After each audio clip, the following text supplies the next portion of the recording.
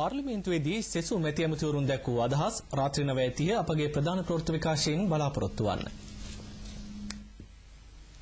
කෝට්ටේ මහනගර සභාවේ මුරකොටියට හානි සිදු කරමින් පලා ගිය කෝට්ටේ එක්සත් ජාතික පක්ෂ නාගරික මන්ත්‍රීවරුන් සොයා පුළුල් මෙහෙයුමක් ආරම්භ කර ඇතැයි පොලිස් මාධ්‍ය ප්‍රකාශක ජ්‍යෙෂ්ඨ පොලිස් අධිකාරී රංජිත් ගුණසේකර මහතා පවසයි. සිද්ධියට යොදාගත් මෝටර් රථ කිහිපයක් මේ වන විටත් පොලිසිය මගින් සොයාගෙන ඇත.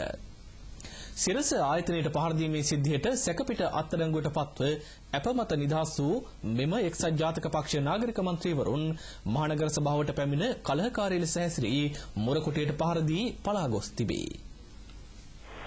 ඊයේ සවස් 2:30ට පමණ කෝට්ටේ නගර සභාවට එක්සත් ජාතික පක්ෂ මන්ත්‍රීවරුන් 4 දෙනෙකු විසින් සහ තවත් 40 දෙනෙකු විසින් පැමිණ සේවකයෙකුට පහර දී නගරාධිපතිනියට සහ අනිකුත් අයට තර්ජනය කිරීම පිළිබඳව පවත්වන පරීක්ෂණ කණ්ඩායම මෙම අය අත්අඩංගුවට ගැනීම සඳහා නිවෙස්වලට ගොස් තිබෙනවා.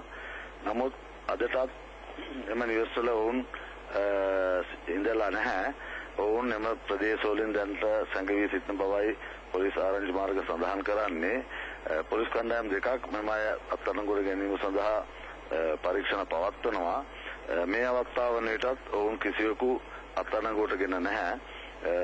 එම පිරිස පැමිණි වාහන 5 පිළිබඳව අංක සහිතව දැනට පොලිස් වාර්තාවල සඳහන් වෙනවා. එම වාහන සොයා ගැනීම සඳහා මේ අවස්ථාව වලට එක් කණ්ඩායමක් පරීක්ෂණ පවත්වනවා. අලාභයේ මේ අවස්ථාව වලට තක්සේරු කර තිබෙනවා.